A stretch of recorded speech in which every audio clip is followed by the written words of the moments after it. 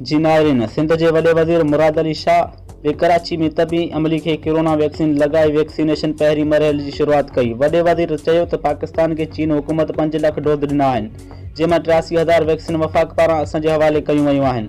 सिंध में 3,20,000 health workers आहिनि, उन्हनि मां 1,80,000 फ्रंट लाइन वर्कर्स आहिनि। पहरी मरहले में असां वैक्सीन मुहिम 3 शहरनि कराची, हैदराबाद, शहीद बेनज़ीराबाद में शुरू करे छॾी आहे। उन्हनि शहरनि में कोरोना 19 केसिस जो अंग वधी आहे। सिंध जे वॾे वज़ीर चीन हुकूमत जो शुक्रियो अदा कयो। रिपोर्ट इजाज़ चांडियो, कराची।